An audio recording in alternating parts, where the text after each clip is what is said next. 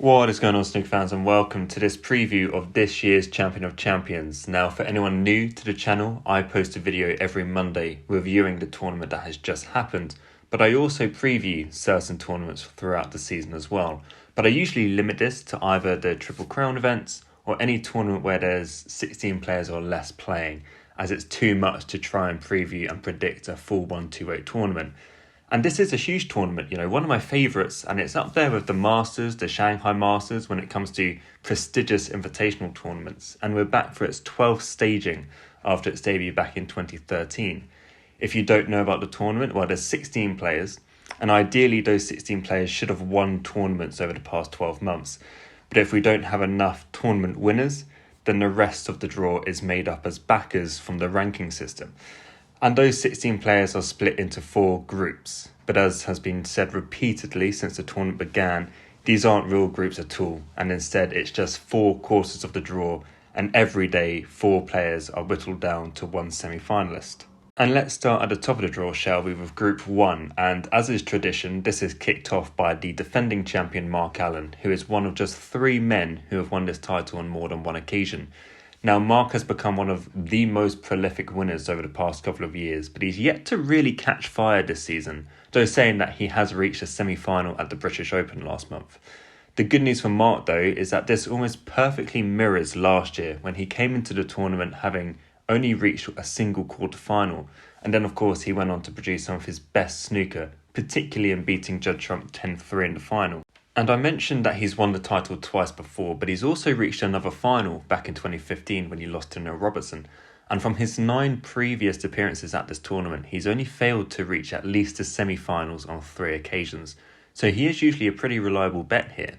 And he opens against Igor Figueiredo, the 47-year-old from Brazil, who is here through merit of winning the World Seniors Championship. And ironically, Allen beat Jimmy White first round last year, who was also the reigning seniors world champion then. And, there's a lot to love about how Igor plays snooker, with a playing style very reminiscent of Tony Drago. Unfortunately, he could just never really get results on the main tour. He is very aggressive, possesses wonderful cue power, so can easily cause issues for the defending champion here if he can settle into the match quickly, which is difficult to do when the opening round is only a best of 7. Elsewhere in this group, we've got Jack Jones, who is here by virtue of reaching the World Championship final last spring, and Gary Wilson, who of course won 2 titles last season in Scotland and Wales. For Jack, this is very much uncharted territory, not just in terms of this being his debut in this tournament, but also this season in general, where he has struggled to adapt to being a top 16 player, and he has actually in fact just fallen outside of the top 16 again, so will have to qualify for the UK Championship in a couple of weeks. Gary had also been struggling for form this season. However, a run to the quarterfinals at the International Championship this week may have just inspired some confidence back for him, particularly that win against Mark Selby. So as long as he doesn't suffer any jet lag coming back from China, I'd expect him to win this one actually, especially if you see that he leads their head-to-head 4-1, although it should be said that the pair haven't played each other since 2020. So my prediction here in this group is Allen and Wilson to meet in the group final, also called a regular quarterfinal. And despite Mark holding a better head-to-head record and also having a very strong record in this tournament in general, I'm going to stick my neck out here and have Gary Wilson to come through this group, beating Mark Allen, say 6-4 in that group final. Heading up the second group is the man who has won about 1 billion titles in the past 2 years. Judd has continued his remarkable levels of consistency this season, reaching 4 finals already, winning 2 of them, and his consistency extends to this tournament as well. He is one of only 3 men to have played in this tournament every single year since 2013. And in addition to winning the title in 2021, he's also been a runner-up here on 4 occasions. And in fact, if you look at it, since 2019, he has reached 4 finals and a semi-final at this event. So that is the task that the other 3 men in this group face in trying to stop him from making it to the weekend. And he'll play Ding Junhui, who won his first title since the UK Championship in 2019 today. Now, Ding was already in line to play in this tournament as the 3rd highest ranked player left, so it would have been a bit of a kick in the teeth if he had lost his place by losing that final to Chris Wakelin today. But I'm sure I speak for a lion's share of snooker fans when I say how good it was to see him win again, and I will review the tournament in full tomorrow. As for this tournament, well, Ding has reached 2 semi-finals from his 8 previous appearances here, but is still chasing that elusive first final. Unfortunately, the blessing of getting a last-minute spot at the tournament is also a bit of a curse, because after winning the title in China today, on Sunday, he then needs to be back in the UK to play the best player in the world on Wednesday. And we saw it last year when Zhang Anda won the international championship, and then he had to go and play Ding, ironically, a few days later, and he looked pretty spent then. So that's what I kind of expect to see happening here. I think, unfortunately, with Ding possibly not being in the best position to really challenge Judd, and perhaps losing this opener fairly comfortably. Then we've got Neil Robertson, who is back in this tournament after missing out for the first time last year. And like Mark Allen, he has won this title on 2 occasions, as well as being a beaten finalist in 2020. Now, claiming his first title in over 2 years at the English Open earlier this season is what got the Aussie back into this event, but he's not quite kicked on properly since then. And early exits in China means he still will need to qualify for the UK Championship at the end of the month. And he's going to face a man who has mentioned recently that he's found a bit of a newfound appetite for the game again. And having not really seen much of Ali since he got to the Masters final in January, I'm sure he'll be keen to kickstart his season sooner rather than later. Ali's played in this event 5 times before, but he's never gotten out of the group. And in fact, he has lost to Neil twice at this event in 2013 and 2014. This will be a tough opener, but I'm hoping Neil will have enough to get past Ali. But if he does end up playing Judd in the group final, I'm just not convinced he's quite got his game back enough to challenge him. So I'm playing it safe in this group, and I'm going to have Judd to get through. And to be honest, I can see him only dropping maybe 3 or 4 frames in total across these 2 matches as well. The third group here contains 3 world champions and the current women's world champion. Mark Williams earned his spot by virtue of his win at the Tour Championship last season.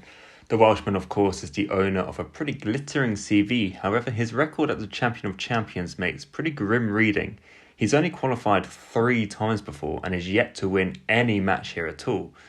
He plays Baiyu Liu, and as mentioned, she is the reigning women's world champion and a player I think could have a pretty promising career ahead of her at just 21 years of age. Disappointingly, she has struggled to get to grips with the professional tour, which follows the pattern of other women who have qualified for the main tour before her.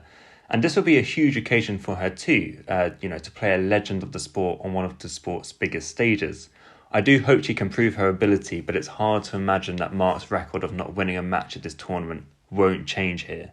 And then we have the battle of the 2 most recent world champions. For Kyron, well, he is embracing the tag as world champion, and we're really seeing his game go up a level this season, with 2 titles already under his belt. As for his record as champion of champions, well, he's played here 6 times. The best that he's done is reaching the final back in 2018, as well as a semi-final appearance in 2015 and 2021, but is certainly producing a level of snooker to suggest he could become the 7th player to pick up this title. Luca Brissell, well, the £500,000 that he secured by winning the world title last year is the only reason that he's here. He is actually the first backup, currently the highest ranked player who hasn't won a title so far. But he is currently set to drop way down the rankings when that money comes off next spring. A win percentage of just 43% tells you the struggles he's suffered this season, and he appears to now be travelling from Mallorca whilst playing in tournaments, so it'll be interesting to see if he does the same next week. Luca, of course, has the potential to regain that spark, and I think all snooker fans really hope that he can, because he's such a joy to watch when in full flow. But it would take a brave man to bet on him beating Wilson here, and I'm certainly not brave. So my prediction here is for Wilson to comfortably dispatch both Luca Brissell and Mark Williams to reach the semi-finals. And finally, if anyone was looking to use the cliche group of death, then this is probably the best group to use it on.